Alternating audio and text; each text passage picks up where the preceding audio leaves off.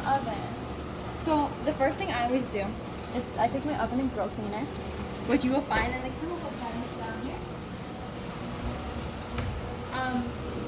If there's none in here, then ask the ushers to bring you some. This is what it looks like. This is what you'll be using to clean the oven. So the first thing I always do is I bring this over to the sink. And you'll understand why I'm going to say. So I bring it over here, and I just leave this. And we'll come back to that. And now I'm going to grab all the utensils. Easy utensils. And it depends on your supervisor, but they might want to leave this on this tray, or they might want to leave this. You want to grab these gloves, and you want to be very careful because it's very hot, and you're going to want to grab this tray. Be careful, because if you crease the glove like that, it's going to burn you. I like to sandwich it like that, but just be very careful when you hold this. It's very, very hot. And then I like to just leave it on this tray, and I like to just don't touch it. So once you do that, keep the gloves on, and you're going to want to open it up, and you're going to want to take this out. So you're going to want to pull this, hook your finger under your thumb, and pull up. And be very careful because it's also very, very hot. So then you're going to want to, usually there's a little thing here, and you're going to want to set it against the wall, any of the compartments in this thing. You want to lean it so it's standing up like that, and you're gonna want to take your gloves off, put them to the side, and take your oven and grill cleaner. Open it up, and it sprays. So you want to direct it at here and spray it. I like to start with the dirtiest parts first because it cleans better when it's hot. So you want to start with the dirtiest areas when it's hot, so you get them early. And then you want to make sure you get the edges, get every area of it. You're going to use up the entire bottle of chemicals, and that's okay. We just want to make sure it's clean. You can sort of see when you spray it, you can see a little bit into through the chemicals at the tray. So that's how you know if you're cleaning it well. You can see that black spot there is become a lot smaller. So that's how I know if it's clean or not. And that's how I know if I have to go over an area again. Because you want to be really thorough when cleaning this. And I do it until it's just completely covered in foam, or when I go through it, I can see that it's clean. In this case, it's just completely covered, so I think it's good. But take as long as you need on it. There's not really much of a rush usually. And if you run out, it's going to start looking like that. It's going to start spraying that thing. So if you ever need more, you can just grab more from the chemical cabinet. And you're going to want to turn it off. You want to press press this button. And it's going to say cooling down. And the thing you just want to know, this fan is blowing when it says cooling down, and it's going to spit back at you. And if any of this grease gets on your skin, it will burn you, and it will hurt. So when I spray like this, and I never stand directly in front of the fan, because if that gets into your eyes, that's going to hurt. And if anyone walks by, make sure to warn them. And I always start with this area in the back, because that's the dirtiest area. Remember, when it's hot, it cleans better. And if you ever stop, the grill cleaner stops working, give it a little shake. And it's gonna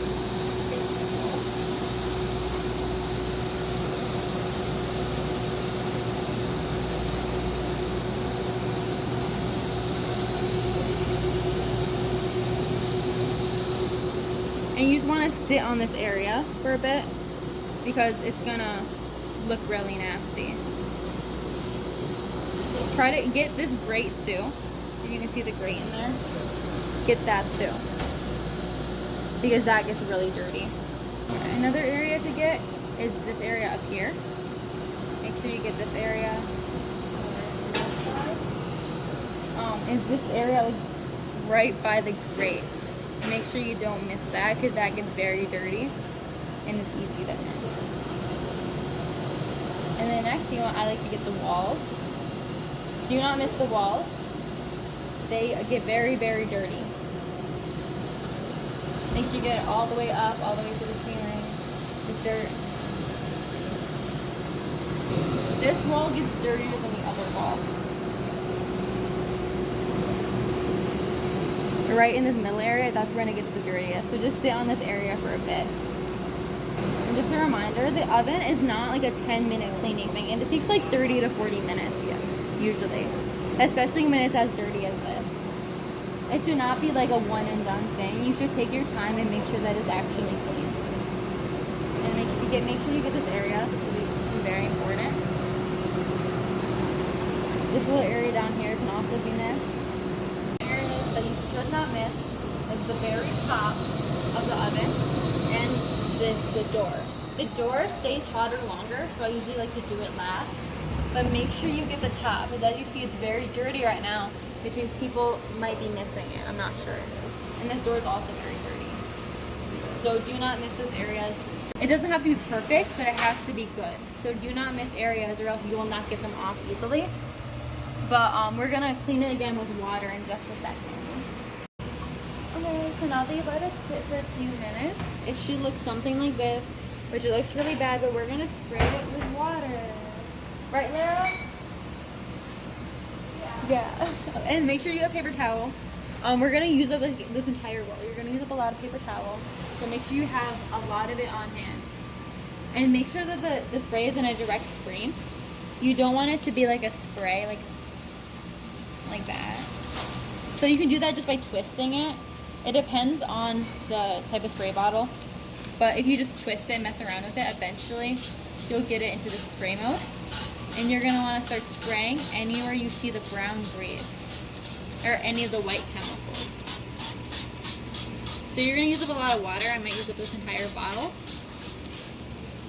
So pay extra attention to any areas you might have missed. And like this gray is a little bit hard to see, but you can see like it's picking up and you can see all the dripping down. And everything's gonna be spraying down to that area down here. And it's okay if water drips down here. I'm gonna show you what to do with that when we clean the pizza oven stone.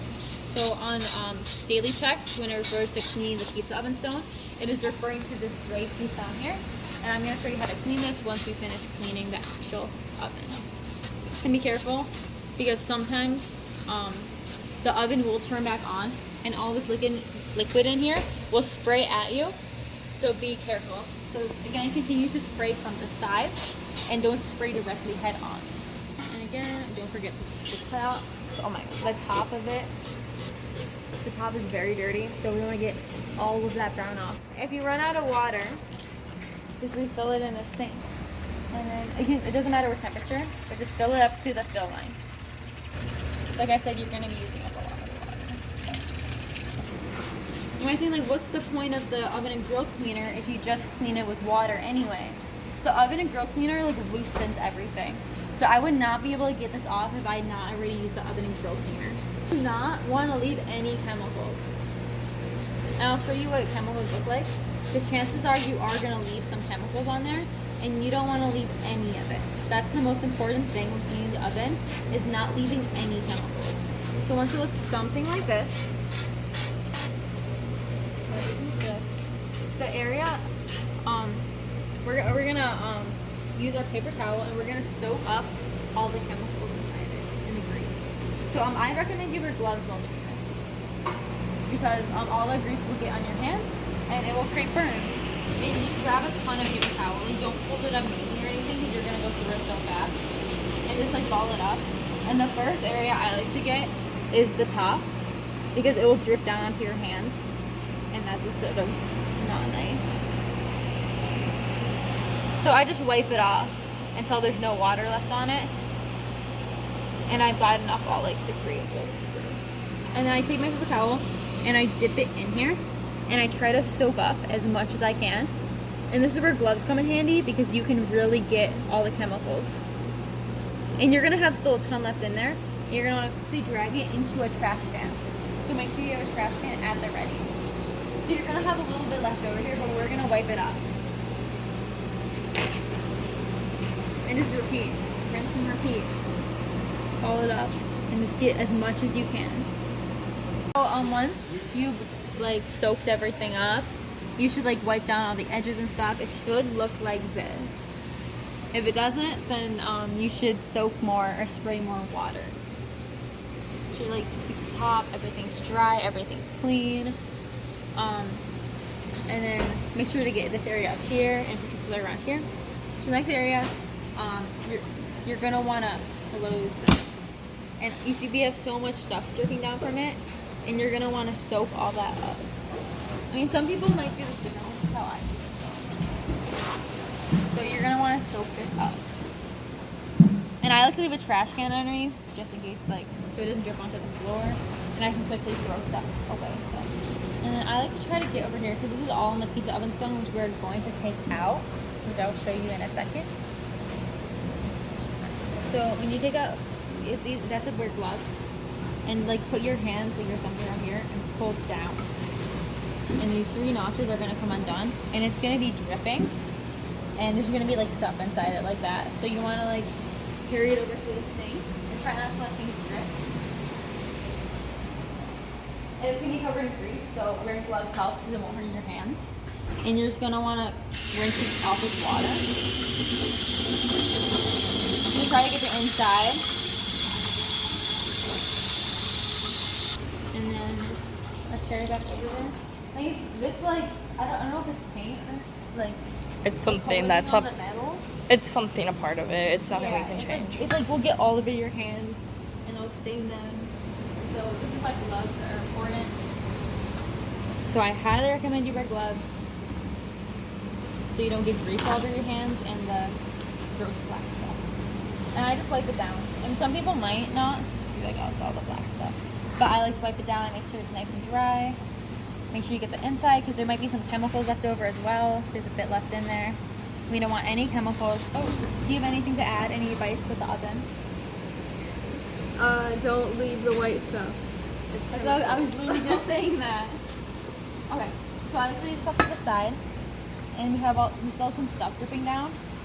So you want to wipe that off. If you look down with me, you can see all the stuff dripping down. So you're gonna want to get all of that up. Get whatever you leave on the counter as well. Don't leave it on the counter. And make sure nothing's underneath, because sometimes some stuff will get through like the fan down there. It'll drip underneath, so don't leave grease underneath. Sometimes you're gonna see like the top of it will get dirty again. So if you don't clean off this area well, it's gonna get greasy and dirty.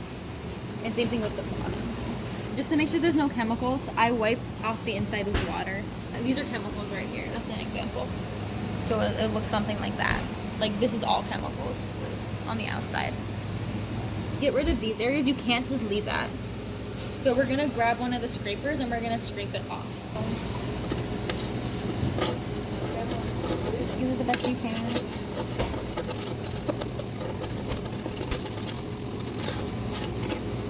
Again, you might not be able to get all of it, but the point is that you're trying to get most of it. And you're not leaving it dirty. Over here, like it's dirty. Oh, that was so satisfying. I don't know what they felt. Those are the 2 areas where it tends to build up the most. And then just wipe that up with water and paper towel. We're gonna come back to this little tray that you left in the sink. And there's still like some stuff on it, but a lot of it you can just rinse off with water. So I like to do it to this sink. And just like, and we didn't get all of it, which is okay. But what's not okay is leaving this on here. For wool? Steel wool. Steel wool, I mean? Yeah. And so you see, it's right over here. You can find them in this drawer. Yep. And so you can take it out of here, and I recommend using gloves when you're using this. Yeah, it gets all over your hands. I'm just not going to right now for the purpose, but it can get all over your hands, so if you'd rather not have it all over your hands, use gloves. So you come back over to the sink, and what I like to do is I keep the water, and I spray it, and I get this a little wet, and then make sure to detach this, and I set that over there, and then I just get the water on it a little bit, and then I turn it off, and then I take it, and then I prop it up on here, and I start scraping. And it just gets all this excess stuff off really easily, and you can scrape around. And the scraper comes in handy for stuff like this, if you can't get it off with the steel wool. But both are effective, and you can use both to get off everything. Rubbing. And it picks up most of the stuff. It was already pretty clean, but yeah, it picks up most of what you're missing. And you can go in with the scraper and get stuff around the edges that the steel wool might have missed. And so you can get your hands a little bit dirty, so it's good to wear gloves, but you don't have to. So after that is 100% clean, you want to take this, and they detach. And so you're going to take this to your wall, and it's the same principle. You're just going to go like this until it's clean. You can use hot water if needed. And you're just scraping until it's all off. Most of it's pretty easy to scrape off. It's hard to get around these little circles, but I know you can do it. Yeah, so any areas you might have missed that are particularly bad, scrape them off. So once you're done scraping it and doing iron wall, I mean, you don't need a rag.